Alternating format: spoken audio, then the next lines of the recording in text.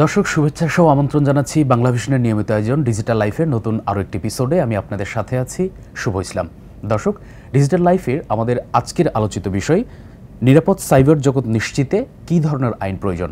আর এই বিষয়টি নিয়ে কথা বলার জন্য আজকে আমরা স্টুডিওতে আমন্ত্রণ জানিয়েছি prosecutor, international crime tribunal and adjunct faculty, school of law, BRAC university.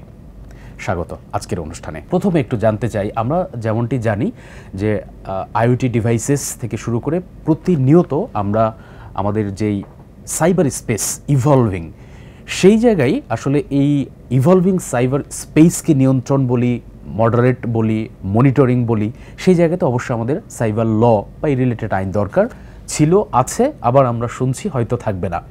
সামগ্রিক বিষয়টা শুধু আপনার কাছে একটু আমরা ফার্স্টলি জানতে চাই। আচ্ছা, আমরা যখন বলছি সাইবার স্পেস, আসলে সাইবার স্পেস বলতে আমরা যেটা বুঝাই একটি অ্যাবস্ট্রাক্ট একটা স্পেস, যেটা এক ধরনের বিমূর্ত একটি জায়গা যেখানে আসলে আমাদের একটা সত্তা উপস্থিত থাকে। এটা কিন্তু কোনো দৈহিক অথবা বাহ্যিক কোনো সত্তা নয়, এটি এক ধরনের পরাবাস্তবতার জগৎ। এই বিষয়টা আমাকে বুঝতে হবে। এর মানে হচ্ছে আমার ফিজিক্যাল স্পেসে অথবা বাহ্যিক জগতে আমার যেই ধরনের রেগুলেশন লাগবে, যেই ধরনের আইন অথবা নীতি কাজ করবে, এই পরাবাস্তব জগৎ অথবা যদি আপনি সাইবার স্পেস বলেন, সেখানে এই আইনের অথবা নিয়ম নীতির প্রয়োগের ধরনটা একটু আপনার ডিফারেন্ট হবে, একটু আলাদা হবে। একটা উদাহরণ দিয়ে আপনাকে বলি।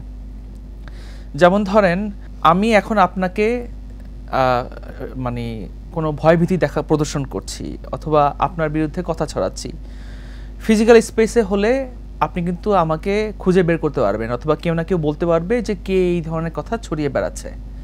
কিন্তু পরাবাস্তব জগৎ বা সাইবার স্পেসটাতে আমি যখন চাইলে আমার আইডেন্টিটি, পরিচয়কে লুকিয়ে কিন্তু আপনার বিরুদ্ধে কথাটা ছড়াতে পারি, এবং প্রযুক্তিগতভাবে এটা সম্ভব যে আমার পরিচয় হয়তো কখনোই প্রকাশ পাবে না, এবং দেখা যাবে যে এটা খুব দ্রুত গতিতে মানুষের কাছে ছড়িয়ে যাচ্ছে, কারণ এখানে কোনো বর্ডার নেই, এখানে কোনো দেশ নেই। পুরো সাইবার স্পেসটা হচ্ছে একক একটা স্থান, মানে এটাকে আমরা বলি আনফ্র্যাগমেন্টেড স্পেস। এখানে আলাদা আলাদা কোনো দেশ নেই, বিভাজন নেই, কিছু নেই। এখানে যেই যুক্ত হবে তার কাছে কোনো না কোনোভাবে এই তথ্যটা পৌঁছে যাওয়া সম্ভব, বিশেষত এই সোশ্যাল মিডিয়ার যুগে। তো এর ফলে যেটা হয়েছে যে এখানে যদি কোনো ধরনের তথ্য আদান প্রদান হয়, সেটা ছড়ানোর মাত্রা এবং ব্যাপ্তি ফিজিক্যাল স্পেসের চাইতে অনেক অনেক গুণ বেশি, এবং সেটার আপনার ক্ষতি করার মাত্রা অথবা সেটার যে প্রভাব, সেটাও আরও অনেক বেশি হতে পারে। তো এই কারণে সাইবার স্পেসে আমরা কী ধরনের তথ্য আদান প্রদান করছি, কী ধরনের আচরণ করছি, কী ধরনের আমরা আমাদের ভাবমূর্তি গঠন করছি, এগুলো কিন্তু শুধুমাত্র সাইবার স্পেসেই থাকে না। এটার প্রভাব পরবর্তীতে আমাদের যে বাহ্যিক যে মানে দুনিয়া অথবা পৃথিবী, সেখানেও কিন্তু চলে আসে। এই কারণে আজকাল আমরা বলছি যে anything happens online has consequences offline. Sure. সেক্ষেত্রে এই যে আপনি যে কনসিকুয়েন্সের কথা বলছেন, যে অনলাইনে যেটাই ঘটছে সেটা কিন্তু অটোমেটিক্যালি পরবর্তীতে নির্দিষ্ট সময় পরে কিন্তু আমার অফলাইন জগতেও চলে আসছে, মানে আমাদের বাহ্যিক জীবনে প্রভাবটা ফেলছে। সেক্ষেত্রে অবশ্যই আমাদের আইন দরকার এবং আছে। কতটুকু আইনটা কার্যকরী এবং আসলে এটা কতটুকু ইন্টারন্যাশনালি ইমপ্লাই করছে এখন বর্তমানে? আমি একটু তাত্ত্বিক জায়গায় আসি, যে আইন যখন আপনি বলছেন এবং সেটা কার্যকারিতার কথা বলছেন, দুটো কিন্তু ভিন্ন বিষয়। আইন বলতে আমরা বোঝাই যে এমন কিছু রীতিনীতি যেটাকে আমরা স্বীকার করি, যেটাকে আমরা সমাজের মানুষ মেনে চলার জন্য প্রতিশ্রুতিবদ্ধ, যেটাকে আমরা মনে করি যে সঠিক, ন্যায়সঙ্গত। এই বিষয়গুলো যদি না ঘটে তাহলে কিন্তু সেটা আইনের মর্যাদা পায় না। এটা হচ্ছে আইনের এক ধরনের ধারণা। আইনের প্রয়োগের জায়গাটা যদি আপনি বলেন, তাহলে এটি একটি প্রায়োগিক বিষয়, এটা একটা প্রসিজারের বিষয়। তার মানে আইনটা করে দিলেই হবে না, এই আইনটা কার বিরুদ্ধে প্রযোজ্য, কি মাত্রায় প্রযোজ্য হবে, কে এটা প্রয়োগ করবে, কে এটা প্রয়োগ করা পরবর্তী সেটার যে এক ধরনের জবাবদিহিতার বিষয় আছে সেগুলোকে ঠিক করবে, এই সকল বিষয়। তো এটা আমি বাহ্যিক দুনিয়ার কথা বললাম। তাহলে এখন সাইবার স্পেসে আইনের প্রয়োগটা কি হবে? প্রথম কথা হচ্ছে, সাইবার স্পেসে শুধুমাত্র আমরা যে প্রচলিতভাবে আইন বলতে যা বুঝি সেটা দিয়ে রেগুলেশন হয় না, একই সাথে কোডের মাধ্যমে রেগুলেশন হয়। আমরা এখানে এটাকে অনেকে অ্যালগোরিদম বলবে, অনেকে কোডিং বলবে। আপনি আইনের প্রয়োগের বিষয়টা সাইবার স্পেসে একটু ভিন্নতর। আমি যদি আজকে বলি যে আপনি সাইবার স্পেসে এই কথাটা বলবেন না, বললে আপনার মনে করেন যে 3 বছরের শাস্তি, 5 বছরের শাস্তি, ব্যাপারটা এরকম না যে আপনি মানব।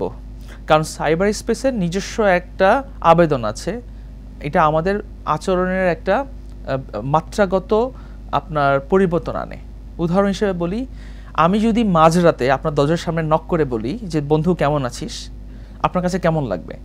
ঠিক একই কাজটা যদি আমি করি, ধরেন মাঝরাতে আপনাকে ফেসবুক মেসেঞ্জার অথবা হোয়াটসঅ্যাপে নক দিয়ে বললাম যে বন্ধু কেমন আছিস, বার্তা কিন্তু একই, কিন্তু প্ল্যাটফর্ম ভিন্ন।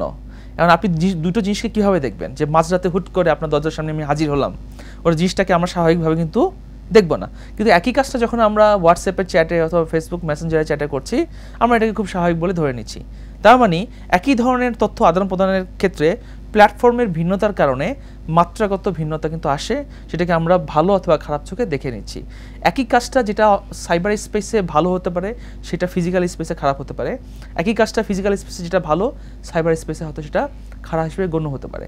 তার মানে আমি আইনটা যখন সাইবার স্পেস ভিত্তিক করব, সেখানে আমার এই সাইবার স্পেসের এই চরিত্রটা, মাত্রাগত ভিন্নতাটা মাথায় রেখে এবং এই প্রয়োগের এই চ্যালেঞ্জটুকু মাথায় রেখে আইনটা প্রণয়ন করতে হবে। সেক্ষেত্রে আমরা জানি যে 2023 সালে যে আইনটি হয়েছিল, আমরা যতটুকু দেখছি বিভিন্ন সোর্স থেকে আসলে যে হয়তো আইনটা থাকবে না বা রহিত হয়ে যাবে বা নতুন কিছু আসবে, এরকম অনেক কিছু আমরা শুনতে পাচ্ছি।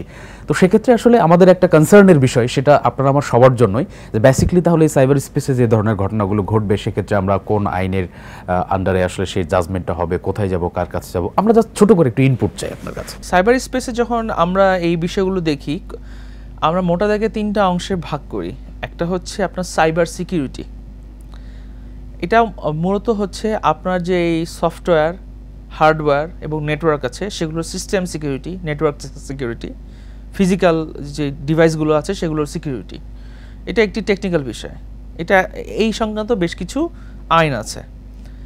আবার ধরেন সাইবার স্পেসে কেউ আপনার অপরাধ করলো, সেই অপরাধটা হতে পারে হচ্ছে স্পিচ রিলেটেড ক্রাইম, সেই অপরাধটা হতে পারে যে কারো ইমেজকে হেয় করে, সেটা হতে পারে।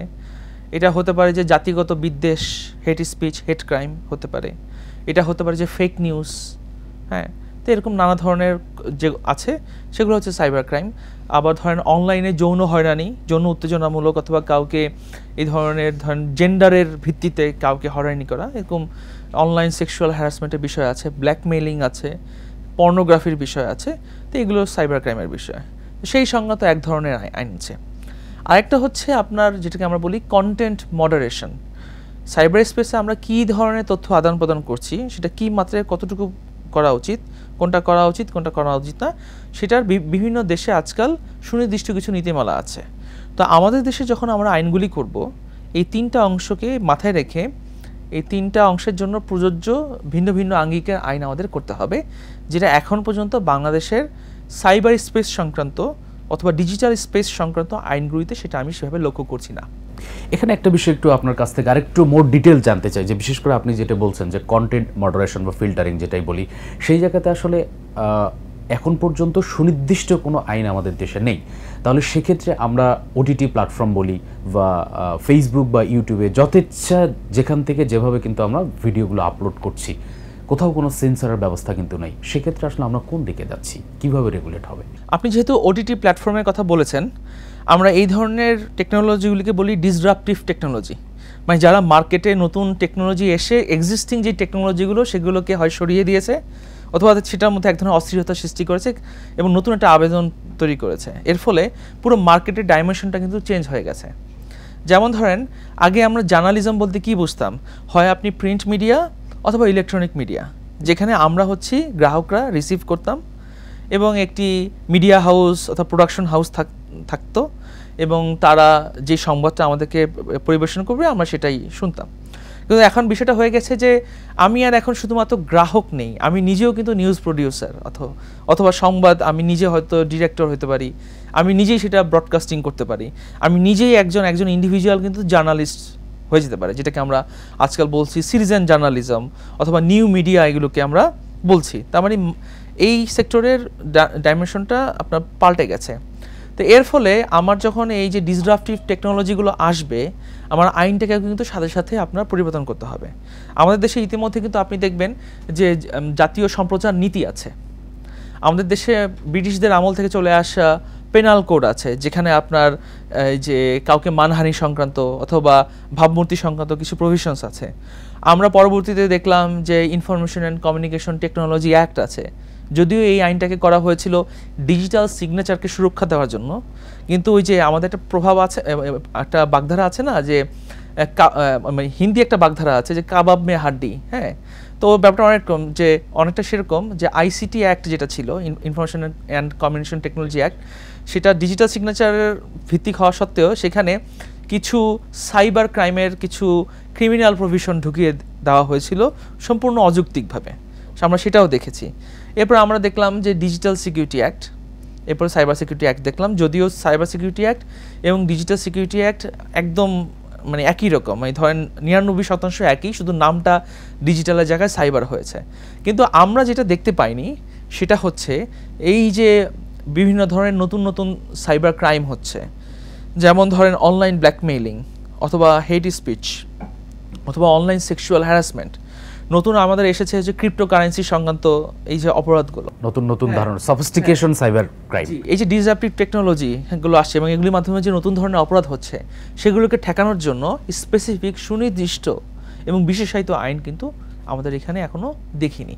শুধু আমরা ঘুরপাক খাচ্ছি হচ্ছে কিছু ওই স্পিচ সংক্রান্ত ক্রাইম আর কিছু পর্নোগ্রাফি সংক্রান্ত ক্রাইম, এটার মধ্যেই আমরা ঘুরপাক খাচ্ছি, এর বেশি কিছু কিন্তু আমরা আগাতে পারিনি এখনো। সেক্ষেত্রে আমরা জানি যে ডেটা প্রোটেকশন অ্যাক্ট নামে একটা ড্রাফট সম্ভবত হয়ে আছে, প্লাস আপনি যেহেতু বিষয়গুলো নিয়ে লং টাইম গবেষণা করছেন বা আইনগুলো নিয়ে কাজ করেন ইন্টারন্যাশনালি, সেক্ষেত্রে এখন আপডেটটা আসলে কি সেটা বলি ডেটা প্রোটেকশন অ্যাক্টের ক্ষেত্রেও অথবা এই ধরনের যেই আপনার ওটিটি প্ল্যাটফর্মকে মনিটরিং করা বলি, দ্যাট মিনস কন্টেন্ট মডারেশনের ক্ষেত্রে আসলে নতুন কি কোনো কিছু আসছে কিনা? আপনার জাতিসংঘের সাধারণ অধিবেশনে কিন্তু একটি নতুন বিষয় মানে গৃহীত হয়েছে, যেটাকে তারা বলছে গ্লোবাল ডিজিটাল কম্প্যাক্ট। আপনারা হয়তো ইতিমধ্যে আমরা দেখেছি যে মিলেনিয়াম ডেভেলপমেন্ট গোল অথবা সাস্টেনেবল ডেভেলপমেন্ট গোল, জাতিসংঘ যেমন উন্নয়নের ক্ষেত্রে এই বিষয়গুলো লক্ষ্যমাত্রা নির্ধারণ করেছিল, ডিজিটাল স্পেসের জন্য কিন্তু এবার সুনির্দিষ্টভাবে জাতিসংঘ এই গ্লোবাল ডিজিটাল কম্প্যাক্টকে ঘোষণা করেছে। এবং আশা করা যাচ্ছে যে আগামীতে বিভিন্ন দেশ যখন তার ডিজিটাল ট্রান্সফরমেশন ঘটাবে, তারা এই গ্লোবাল ডিজিটাল কম্প্যাক্টের অনুসরণ করেই তাদের সমস্ত নিয়ম নীতিগুলো সাজাবে অথবা আইনগুলো তৈরি করবে। তো এটার মূল কথা হচ্ছে যে ইনক্লুশন, যত বেশি সম্ভব মানুষকে এই সাইবার স্পেসে ডিজিটাল স্পেসে যুক্ত করা, সেখানে তাদের অবাধ বিচরণ নিশ্চিত করা, এগুলো হচ্ছে জাতিসংঘের এই গ্লোবাল ডিজিটাল কম্প্যাক্টের লক্ষ্য। এখন প্রশ্ন হচ্ছে আমাদের দেশে যখন সামনে আইনগুলো করব, যেহেতু আমরা জাতিসংঘের সদস্য রাষ্ট্র এবং যেহেতু বাংলাদেশের সংবিধানের 25 অনুচ্ছেদে লেখা আছে যে জাতিসংঘ কর্তৃক এবং বিভিন্ন আন্তর্জাতিক সংস্থা কর্তৃক যে প্রতিষ্ঠিত যে মানবাধিকার এবং অন্যান্য যে আন্তর্জাতিক রীতিনীতিগুলো আছে সেগুলোকে আমরা সম্মান করব, শ্রদ্ধা করব, সেই হিসেবে বাংলাদেশেরও আসলে এক ধরনের নৈতিক বাধ্যবাধকতা আছে এই যে নতুন নতুন যে গ্লোবাল প্রিন্সিপালগুলি হচ্ছে সেটাকে মেনে চলা। তার মানে সামনের দিকে যদি আমি ডেটা প্রোটেকশন অ্যাক্ট যদি ফাইনালি আমাদের এটা পাস করা হয় অথবা অর্ডিন্যান্স জারি করা হয়, অথবা ধরেন ওটিটি পলিসি এটা যদি করা হয়, অথবা যদি সাইবার সিকিউরিটি অ্যাক্টটাকে আপনার বাতিল করে নতুন ধরনের আইন করা হয়, সেটা যেন গ্লোবাল ডিজিটাল কম্প্যাক্টের মানে সাথে কমপ্লাই করে, অ্যালাইন করে। ওকে, আমরা এতক্ষণ বিশেষ করে সাইবার স্পেসের বিভিন্ন ইস্যুগুলো নিয়ে কথা বলছিলাম। আমরা এখন একটু আসি পাবলিক অ্যাওয়ারনেসের ক্ষেত্রে, কারণ আমরা ইন্ড ইউজাররা কিন্তু সবচেয়ে বেশি অ্যাফেক্টেড হই এবং অনেক সময় আমরা দেখেছি যে বড় বড় অ্যাটাকগুলো কিন্তু আমাদেরকে ব্যবহার করেই হয়। সেটা হতে পারে মোবাইল ডিভাইস, হতে পারে আমার প্রিন্টার, হতে পারে আমার যে কোনো ধরনের আইওটি ডিভাইসেস। আসলে সেক্ষেত্রে যে ডিজিটাল লিটারেসির যে গুরুত্ব, এই জায়গাটাকে আপনি কিভাবে দেখেন? আমরা যদি একটা সিস্টেম চিন্তা করি অথবা নেটওয়ার্ক চিন্তা করি, সেখানে আমরা দেখতে পাই সফটওয়্যার, হার্ডওয়্যার এবং সেটাকে অপারেট করে হিউম্যান বিং। এই তিনটা অংশের মধ্যে সবচেয়ে ভালনারেবল অংশটা হচ্ছে হিউম্যান বিং। হিউম্যান এররটাই হচ্ছে সবচেয়ে মানে আতঙ্কের বিষয়। এবং আপনি যদি বিশ্বের বিভিন্ন দেশে সাইবার অ্যাটাক, বিশেষত যেগুলো ক্রিটিক্যাল ইনফরমেশন ইনফ্রাস্ট্রাকচার গভর্নমেন্টের অথবা কি পয়েন্ট ইনস্টলেশন কেপিআই, এই ধরনের ইনস্টলেশনগুলি যদি দেখেন সরকারি অথবা বেসরকারি, দেখা যাচ্ছে যে একটা বড় অংশ সাইবার অ্যাটাকের পেছনে দায়ী ছিল হচ্ছে হিউম্যান এরর। তার মানে সেটাকে যদি আমরা বন্ধ করতে চাই, অবশ্যই আমাদেরকে কিভাবে সাইবার স্পেসে নিরাপদ রাখা যায় সেগুলোর কিছু বেসিক বিষয় জানা থাকতে হবে। এবার এখানেই আপনার সেই লিটারেসির বিষয়টা আসে। এটা মানে এই না যে আমার কাছে সফিস্টিকেটেড সফটওয়্যার এবং হার্ডওয়্যার দিয়ে দেওয়া হলো, আমাকে জানতে হবে এটা কিভাবে ব্যবহার করতে হবে, কখন ব্যবহার করতে হবে, এটার প্রতিদিনকার সিকিউরিটি যে কিছু নিয়ম আছে যেগুলো চেক করতে হয় সেগুলোকে আমাকে করতে হবে। তো কি করতে হবে কি করতে হবে না, প্রতিদিনকার প্র্যাকটিস কি, অথবা অফিসে থাকে না যে কিছু নিয়ম যেগুলো মেনে চলতে হবে। সাইবার স্পেসের ক্ষেত্রেও আমরা যখন লগ ইন করবো, কোনো একটা কাজ করব এবং লগ আউট করা পর্যন্ত কিছু নির্দিষ্ট নিয়ম আমাদেরকে মানতে হবে। আর যখন আমরা প্রাতিষ্ঠানিকভাবে এই কাজগুলো করব সেগুলো অবশ্যই করতে হবে। তো এইটা আসলে মূলত দায়িত্বটা কার? এই যে লিটারেসি বৃদ্ধি করার, হ্যাঁ, ডিজিটাল লিটারেসি, এটা আমি মনে করি মূলত সরকারের মূল দায়িত্ব। আমরা সংবিধান যখন পড়াই তখন আমরা বলি যে রাষ্ট্রের কিছু পজিটিভ অব্লিগেশন আছে যেটা কাউকে বলা লাগবে না, রাষ্ট্র স্বপ্রণোদিত হয়ে এই কাজগুলো করবে। তো সেটার মধ্যে অন্যতম একটি গুরুত্বপূর্ণ অংশ হচ্ছে এই সাক্ষরতা বৃদ্ধি। ওকে, চলুন, আপনি যেহেতু ইন্টারন্যাশনাল ল নিয়ে অনেক সময় ধরেই কাজ করছেন এবং গবেষণা করছেন, পাশাপাশি প্রফেশনেও আছেন, সেক্ষেত্রে আমরা একটু জুডিশিয়ারি সিস্টেমে এই সাইবার ল আর সাইবার সিস্টেমটা কতটুকু ইমপ্লিমেন্টেড বা কতটুকু অ্যাওয়ারনেস, এই বিষয়টা একটু আপনার কাছে জানতে চাই। দেখুন, সারা বিশ্বে একটা জিনিস জনপ্রিয় হচ্ছে এখন, আমরা এটাকে বলি ই জুডিশিয়ারি। তার মানে আজকাল কিন্তু সম্ভব ধরেন একটি মামলা ফাইলিং করা, সেই মামলার নথিগুলো ম্যানেজমেন্ট করা, তারপরে হচ্ছে ধরেন কোর্টরুমে যখন একটি মামলার প্রসিডিংস চলছে কী ধরনের কথাবার্তাগুলো হচ্ছে সেগুলো রেকর্ড করা। আমরা তো আজকাল জানি যে স্পিচ টু টেক্সট প্রযুক্তি এসে গেছে, চাইলে কোর্টে কী কথাবার্তা হচ্ছে সেগুলো স্টেনোগ্রাফার ব্যবহার না করে আপনি কিন্তু সেই ধরনের প্রযুক্তি আর্টিফিশিয়াল ইন্টেলিজেন্স ব্যবহার করার মাধ্যমে কিন্তু সহজেই করতে পারেন। তো এর ফলে যেটা হতে পারে যে মামলার যেই চালানোর যে প্রক্রিয়াটা সেটা সহজ হয়ে যেতে পারে। তারপরে হচ্ছে এই যে ডকুমেন্টেশন, এই যে শয়ে যে পেজ যেগুলো মামলার ডকুমেন্ট, সেগুলো হয়তো আমরা অটোমেশনের মধ্যে নিয়ে আসতে পারি। তারপরে হচ্ছে ইতিমধ্যে আপনারা দেখে থাকবেন যে আজকাল কিন্তু সুপ্রিম কোর্টের যে কজ লিস্ট মানে মামলা তালিকাটা কিন্তু ওয়েবসাইটে পাওয়া যায়। তো এটা কিন্তু জনগণের সুবিধা হয়। সেটা যদি হয়ে থাকে তাহলে আমাদের দেশে নয় কেন, আমরা অবশ্যই এটা করা সম্ভব। শুধু এইটাই না, আজকাল আমরা এমনও দেখছি যে বিভিন্ন ল ফার্ম, বিশ্ববিখ্যাত বিভিন্ন ল ফার্ম, তারা মামলার বিভিন্ন ডকুমেন্ট আপনার অটোমেশন করে দিয়েছে। যেমন সেটার মাধ্যমে আপনি জানেন যে একটা, মনে করেন যে 100 পেজ 1000 পেজের একটা ডকুমেন্ট আপনি এআই দিয়ে সেটা একটা সামারি করে নিয়ে আসতে পারেন। তাহলে কি আমরা আমাদের জুডিশিয়ারিকে এভাবে আর্টিফিশিয়াল ইন্টেলিজেন্স, ব্লকচেইন বেসড প্রযুক্তি নির্ভর করতে পারি কিনা? খুবই সম্ভব। এটা করতে যে খুব বেশি টাকা লাগবে ব্যাপারটা তা না, কিন্তু যেটা লাগবে সেটা হচ্ছে দক্ষ মানব সম্পদ। আবারও আরেকটা প্রশ্ন এই জায়গায় আপনার আলোচনার সূত্রেই করতে চাই। এই যে আপনি যেমনটি বলছেন যে পুরো প্রক্রিয়াটাকে দক্ষতার সাথে কমপ্লিট করতে হলে আমাদের কিন্তু স্কিল ম্যান পাওয়ার দরকার। এই স্কিল ম্যান পাওয়ার নিয়ে তো আসলে আমরা যতটুকু জেনেছি গভর্নমেন্টের পক্ষ থেকে বিভিন্ন ধরনের প্রশিক্ষণ হচ্ছে, আবার বাইরের বিভিন্ন বড় বড় ফান্ডিংয়েও কিন্তু আমাদের দেশে অনেক ধরনের ট্রেনিংয়ের কথা আমরা শুনে থাকি বা দেখি, কিন্তু আলটিমেটলি আমাদের আউটপুটটা কি? আমরা কি আসলে দক্ষ জনবল পাচ্ছি? আমার দৃষ্টিতে আমি মনে করি এখনও আমাদের দক্ষ জনবলের ঘাটতি আছে বাংলাদেশে। আপনি এখন যদি বলেন যে সাইবার সিকিউরিটি সেক্টরে ইতিমধ্যে আমাদের অনেক প্রাইভেট অর্গানাইজেশন আছে যারা আমাদের সাইবার সিকিউরিটিগুলো বিভিন্ন ব্যাংক, বেসরকারি প্রতিষ্ঠানকে ওনারা দেন, কিন্তু তারপরও চাহিদা তুলনায় আমি মনে করি অপ্রতুল। কেন? এখানে দুটো বিষয়। অবশ্যই আমাদের দক্ষ জনবল আছে, কিন্তু তারা আসলে বিভিন্ন প্রতিষ্ঠানের এই সাইবার নিরাপত্তা সংক্রান্ত কাজ করতে যে অনেক ব্যস্ত। আমার তো গভর্নমেন্ট অর্গানাইজেশনও আছে, আবার আমার ইন্ডিভিজুয়াল কিন্তু যারা ক্লায়েন্ট তারাও আছে।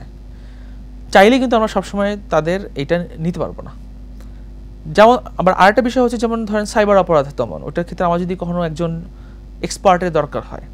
ধরেন যে আমার পুলিশ অথবা ল এনফোর্সমেন্ট এজেন্সিস তারা যখন সাইবার অপরাধগুলোর তদন্ত করে, তখন যারা তদন্ত করে, যারা ডিজিটাল ফরেন্সিক করে, সেই এক্সপার্টের সংখ্যা কিন্তু খুব বেশি না। তো সারা বাংলাদেশে তো বিভিন্ন জায়গায় তো আসলে মামলা হচ্ছে সাইবার অপরাধ সংক্রান্ত। তো সেই মামলাগুলোর ক্ষেত্রে যখন তাদেরকে হাজিরা দেওয়া লাগে, তারা কি এখন হাজিরা দিবে নাকি তারা আসলে মামলা তদন্ত করবে, এটা নিয়ে কিন্তু এক ধরনের মানে জটিলতা তৈরি হয়। তার মানে আমাদের মানব সম্পদের সংখ্যা বাড়াতে হবে। কারণ বাড়ানোটা কীভাবে বাড়ানো হবে? আমরা নতুন করে তৈরি করব না, একটা তো উদ্যোগ থাকবে যে দীর্ঘমেয়াদী প্ল্যান, যে আমাদের এত সংখ্যক এরকম লাগবে, ডিজিটাল ফরেন্সিক এক্সপার্ট লাগবে, সাইবার সিকিউরিটি এক্সপার্ট লাগবে।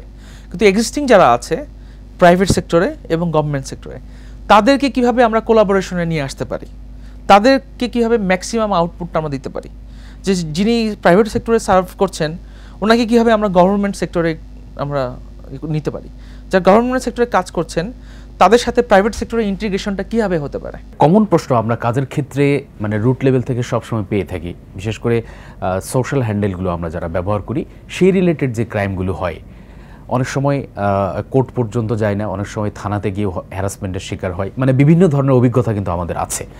আপনার আসলে পরামর্শ কি একজন পেশাজীবী হিসেবে, একজন আইনজীবী হিসেবে, যে এই ধরনের কেসগুলোর ক্ষেত্রে একজন ব্যক্তির আসলে স্টার্ন সেবাটা পাওয়ার জন্য কোন প্রসেসে, কোথায়, কিভাবে যাওয়া উচিত? দেখুন, সাইবার অপরাধ হলে অপরাধের যে আলামত সেটা হচ্ছে ডিজিটাল এভিডেন্স, এটা কোনো ফিজিক্যাল এভিডেন্স না। তো ডিজিটাল এভিডেন্সকে আসলে সংগ্রহ করার জন্য, স্টোর করার, প্রসেসিং করার জন্য প্রক্রিয়াগুলো আলাদা। যার একমাত্র ট্রেনিং আছে যে ডিজিটাল এভিডেন্সকে কীভাবে রিট্রাইভ করতে হয়, প্রসেস করতে হয়, স্টোর করতে হয়, তারাই পারবে। আনফর্চুনেটলি যেটা হচ্ছে যে আমাদের দেশে যারা থানাতে, যারা পুলিশ আছেন, তাদেরকে আসলে সেভাবে ট্রেনিংটা দেওয়া হয়নি যে কীভাবে ডিজিটাল এভিডেন্সকে আপনার করতে হয়, মানে সেটা নিয়ে সংরক্ষণ করতে হয়, প্রসেস করতে হয়। আমাদের সেই ধরনের ইকুইপমেন্টস আসলে সেভাবে নেই। যারা এক্সিস্টিং জনবল আছে তাদেরকেও আসলে নিয়মিত, যেহেতু বদলির চাকরি, তারা নানাভাবে বদলি হয়ে যান। মাঝখানে কথা উঠেছিল যে আপনার সাইবার থানা অথবা থানার মধ্যে একটা সাইবার ব্রাঞ্চ, হ্যাঁ, অথবা সাইবার সেল করা হবে, সেটা প্রক্রিয়াটাও খুব বেশি আগায়নি। তারপরে আপনি যদি বলেন যে সারা বাংলাদেশে কতজন ডিজিটাল ফরেন্সিক এক্সপার্ট আছে ল এনফোর্সমেন্ট এজেন্সির মধ্যে, খুব বেশি না। এর ফলে কিন্তু সমস্যাটা হচ্ছে যে মামলার সংখ্যা কিন্তু প্রতিনিয়ত বাড়ছে। তো এর ফলে যখন একজন ভুক্তভোগী পুলিশ থানায় যাচ্ছে, পুলিশ স্বভাবতই তার আসলে সেই এক্সপার্টাইজটা নাই, কিভাবে এই ডিজিটাল এভিডেন্সটাকে কালেকশন করবে। সে এই পদ্ধতিগত চিরাচরিত নিয়মে একটা মামলা জিডি লিখছে অথবা এফআইআর লিখছে, পরবর্তীতে এটা পাঠাচ্ছে মনে করেন সিআইডির যে সাইবার যেই সেলটা আছে তাদের কাছে, অথবা ক্ষেত্র বিশেষে হয়তো ডিবির কাছে পাঠাচ্ছে অথবা সিটিটিসির কাছে পাঠাচ্ছে, কিন্তু তারাও তো আসলে ব্যস্ত। তো এইটা সক্ষমতা বাড়ানোর বিষয়। এই সক্ষমতাটা না বাড়ালে, আমার থানাগুলিতে যদি আপনি পৃথক একটা সাইবার সেল না করেন, তাহলে এই সাইবার স্পেসে যেই ক্রাইমগুলো হচ্ছে সেটার প্রতিকারের জন্য ভুক্তভোগীরা যে সঠিক সেবাটা পাবে না। এখানে আরেকটা বিষয় আছে, একটা বড় উল্লেখযোগ্য সংখ্যক এই সাইবার অপরাধগুলো হচ্ছে সোশ্যাল মিডিয়া প্ল্যাটফর্মে। সোশ্যাল মিডিয়া প্ল্যাটফর্মের যেই টেক প্ল্যাটফর্মগুলো আছে সেগুলো আসলে বিদেশি কোম্পানি, তারা আমাদের দেশের জুরিসডিকশনের মধ্যে পড়ে না, তারা আমাদের আইন দ্বারা বাধ্য না। তারা যেই দেশের রেজিস্টার্ড, যেই দেশের কোম্পানি, সেই দেশের আইন দ্বারা তারা বাধ্য। আর সমস্যাটা হচ্ছে সেই দেশের সাথে যদি বাংলাদেশের কোনো অপরাধ অথবা অপরাধের তথ্য বিনিময় চুক্তি না থাকে, যেটাকে আমরা ইংলিশে বলি মিউচুয়াল লিগাল অ্যাসিস্ট্যান্স ট্রিটি, তাহলে ধরেন আমেরিকা থেকে অথবা রাশিয়া থেকে কোনো একজন অপরাধী আমাদের দেশের কাউকে হ্যাক করলো, কম্পিউটার একটা সিস্টেম গুরুত্বপূর্ণ অথবা ব্যক্তিগত তথ্য নিয়ে গেল, সেই অপরাধী তথ্য যদি আমি আমেরিকান পুলিশ অথবা রাশিয়ান পুলিশের কাছ থেকে পেতে চাই, তাহলে তাদের সাথে আমার এই ল্যাট থাকতে হবে, না হলে তারা কিন্তু আমাদেরকে এই তথ্য দিতে বাধ্য না। আমরা করছি না কেন? আসলে সমস্যাটা কোথায়? এটা আসলে জনগণের থেকে দাবি তুলতে হবে আমাদের যারা নীতি নির্ধারক সরকারে আছেন, যে দ্রুততম সময়ে এই আইনগুলো করার জন্য। ইতিমধ্যে আমাদের কিন্তু একটা আইন আছে 2012 সালের, এই যে মিউচুয়াল লিগাল অ্যাসিস্ট্যান্স ট্রিটি সংক্রান্ত। কিন্তু যেহেতু প্রযুক্তির ক্রমাগত পরিবর্তন হচ্ছে, আমরা নতুন নতুন সাইবার ক্রাইম ধরনগুলো দেখছি, এটা সময়ে সময়ে এইটা আপনার আপডেট করতে হবে। একই সাথে বিভিন্ন দেশের সাথে আপনার দ্বিপাক্ষিক চুক্তি করতে হবে। একই সাথে ধরেন ইউরোপিয়ান কাউন্সিলের একটা চুক্তি আছে, সাইবার ক্রাইম কনভেনশন, সেটাকে আমরা কিন্তু এখনও র্যাটিফাই করিনি। সামনের দিকে হয়তো জাতিসংঘের মাধ্যমে এক ধরনের গ্লোবাল সাইবার ক্রাইম অথবা সাইবার সিকিউরিটি ট্রিটি হবে, সেটা হওয়ার সাথে সাথে বাংলাদেশের উচিত হবে সেগুলোকে অনুস্বাক্ষর করা। তো এভাবে করলে যেটা হয়, তখন আন্তর্জাতিকভাবে অন্য দেশগুলো একটা বাধ্যবাধকতার মধ্যে থাকে যে আমাদের দেশে কেউ একজন যদি সাইবার ক্রাইমের শিকার হয় এবং অপরাধী যদি তাদের দেশে থাকে, হয় বন্দি বিনিময় অথবা তার তথ্য বিনিময়, তখন সুযোগটা হয়। এটা না করলে আমাদের যতই এক্সপার্ট থাকুক না কেন, যেহেতু টেক প্ল্যাটফর্মটা অন্য দেশের, তারা থেকে আমরা তথ্য পাবো না, অপরাধীকে আমরা হয়তো ধরতেও পারবো না। আলটিমেটলি আপনার এই আলোচনার সারসংক্ষিপ্ত বিষয় হচ্ছে আমাদের কোলাবোরেশনে কাজ করতে হবে, সেটা ন্যাশনাল এবং ইন্টারন্যাশনাল। তাহলে আমরা বিশেষ করে এই ধরনের সাইবার ক্রাইমের যারা সাইবার ক্রাইমার, বিশেষ করে দেশের বাইরে থেকে যদি কোনো কিছু হয়ে থাকে, তাহলে আমরা তথ্য পেতে পারি অথবা তাকে পেতে পারি, অ্যাটলিস্ট এই চুক্তিগুলো যদি থাকে। আমরা অনুষ্ঠানে একেবারেই শেষ পর্যায়ে আছি। আপনার কাছে একটু ছোট করে জানতে চাই যে আসলে স্পেসের সতর্কতা সংক্রান্ত যদি কোনো আপনার উপদেশ থাকে দর্শকের উদ্দেশ্যে। এখন বর্তমান যুগে আসলে ডিভাইস ছাড়া মনে হয় কেউ চলতে পারবে না। এমনকি একটা বাচ্চাও যদি ধরেন, তাকে আমাদের নানা কারণে ডিভাইস দিতে হচ্ছে। কিন্তু বিষয়টা হচ্ছে যে একজন বাচ্চার ডিভাইসের ধরন আর একজন প্রাপ্তবয়স্কের ডিভাইসের ধরন কিন্তু এক হবে না। বাচ্চার ডিভাইসের মধ্যে কিন্তু ইনবিল্ট সফটওয়্যার এমনভাবে থাকবে যে হার্মফুল কোনো কন্টেন্ট যাতে না দেখানো হয়, অথবা নির্দিষ্ট কোনো ওয়েবসাইটের বাইরে অথবা লিঙ্কের বাইরে সে যাতে দেখতে না পারে। তার মানে ডিভাইসের মধ্যে এক ধরনের প্যারেন্টাল কন্ট্রোল অথবা চাইল্ড কন্ট্রোল থাকতে হবে। তার মানে আমাদের দেশে যেগুলো ডিভাইসগুলো ইম্পোর্ট হচ্ছে, এটা সরকারের দায়িত্ব, এটা আমাদেরকে দেখতে হবে মার্কেটে যে সেই চাইল্ড কন্ট্রোল অথবা প্যারেন্টাল কন্ট্রোল ঠিকমতো করা হচ্ছে কিনা। একই সাথে অনলাইনে যে বিভিন্ন প্ল্যাটফর্মগুলি আছে তাদেরও আসলে এটা বাধ্যবাধকতা যে তারা যখন তাদের অনলাইনে এই বিষয়গুলো দেখাবে, সেখানে এক ধরনের সতর্কতা দিয়ে দেবে যে এটা কি চাইল্ড কন্টেন্ট নাকি অ্যাডাল্ট কন্টেন্ট। বিশেষত মিডিয়া যারা আছে, অনলাইন মিডিয়া আছে, তাদেরকে তো এই বাধ্যবাধকতা করতে হবে। আজকাল এমন প্রযুক্তি এসে গেছে যে ইভেন আপনি যদি টিভিটাও দেখেন অথবা আপনি কম্পিউটার বসে কোনো একটা আপনি আগে থেকেই আপনার কম্পিউটারে যে ফায়ারওয়াল সেটার মধ্যে আপনি ঠিক করে দিতে পারবেন, অথবা টিভির মধ্যে করে দিতে পারবেন যে কোন চ্যানেল দেখা যাবে, কোন চ্যানেল দেখা যাবে না। তো এখানেও আসলে একটু ডিজিটাল লিটারেসির কথা আসে, কারণ প্রযুক্তিটা যদি সেভাবে করাও হয়, আমাকে তো জানতে হবে যে কীভাবে এই অপশনটা ওপেন করতে হয়, কীভাবে প্যারেন্টাল কন্ট্রোল চালু করতে হয়। সেখানে আসলে অভিভাবকদের একটা বড় মানে লিটারেসি ভূমিকা আছে, লিটারেসি জায়গা আছে। স্কুল কলেজগুলিতে আসলে এগুলো শেখানোর জায়গা। স্কুলগুলিতে শুধুমাত্র যে শিক্ষার্থী শিখবে তা না, মাঝে মাঝে শিক্ষার্থী যারা অভিভাবক তাদেরকেও এটা শেখাতে হবে। হ্যাঁ, তাদের ডিজিটাল লিটারেসি একটা জায়গা আছে। আর এটা হচ্ছে যারা বিজনেস কমিউনিটি, তারা যখন ডিভাইসগুলো আনছেন সেখানেও আমাদেরকে কন্ট্রোলের একটা বিষয় সরকার কর্তৃক ইম্পোজ করতে হবে। আর যারা মিডিয়া হাউসগুলি আছেন অথবা যারা কন্টেন্ট প্রডিউস করছেন, তাদের জন্য এক ধরনের কন্টেন্ট মডারেশন পলিসি বাংলাদেশে থাকতে হবে। ইতিমধ্যে আপনারা জানেন যে ওটিটি পলিসি একটা ড্রাফট, আসলে দুটো ড্রাফট, একটা বাংলা একটা ইংলিশে হয়ে আছে, কিন্তু সেটা পরবর্তীতে কী হলো সেটার কিন্তু কোনো আপডেট নেই। তো এটা অতীত, যেহেতু আমাদের একটি রাজনৈতিক পট পরিবর্তনের প্রেক্ষিতে একটি নতুন সরকার এসেছে এবং তারা, আমরা বলছি যে জনগণের সরকার, তো তাদের কাছে অনুরোধ থাকবে যে এই বিষয়গুলো যেন দ্রুততম সময়ে আপনার মনোযোগ দেওয়া হয়, এই বিষয়গুলো নিয়ে যাতে দ্রুততম সময়ে আইন করা হয়, সেটা অর্ডিন্যান্স জারি করার মাধ্যমে হোক আর অন্য কোনোভাবে সরকারি সার্কুলারের মাধ্যমেই হোক, সেটা করা হয়। কেন? কারণ অপরাধ তো থেমে থাকছে না, মানুষ তো ঝুঁকির মধ্যে আছে। আমরাও সেই প্রত্যাশা করছি। ধন্যবাদ আজকে আমাদের স্টুডিওতে এসে গুরুত্বপূর্ণ একটি বিষয় নিয়ে আলোচনা করার জন্য। ধন্যবাদ আপনাকে। দর্শক, ডিজিটাল লাইফ অনুষ্ঠানে এতক্ষণ আমরা সাইবার স্পেসের বিভিন্ন ইস্যু নিয়ে কথা বলছিলাম, যেখানে আইন থেকে শুরু করে এন্ড ইউজার এবং পাশাপাশি সবশেষ প্যারেন্টাল কন্ট্রোল। আমরা যে বিষয়গুলো নিয়ে কথা বলছি, সেই বিষয়গুলো যদি আমরা বিশেষ করে আমাদের বাস্তবিক লাইফে প্রয়োগ করি, তাহলেই কিন্তু এই আলোচনার সুফলটি আমরা পাবো, এমনটি প্রত্যাশা। সেই প্রত্যাশাই শেষ করছি আজকের ডিজিটাল লাইফ অনুষ্ঠান। পরবর্তীতে আবারও নতুন কোনো এপিসোড নিয়ে আপনাদের সামনে হাজির হব। সেই পর্যন্ত ভালো থাকবেন, সুস্থ থাকবেন। আল্লাহ হাফেজ।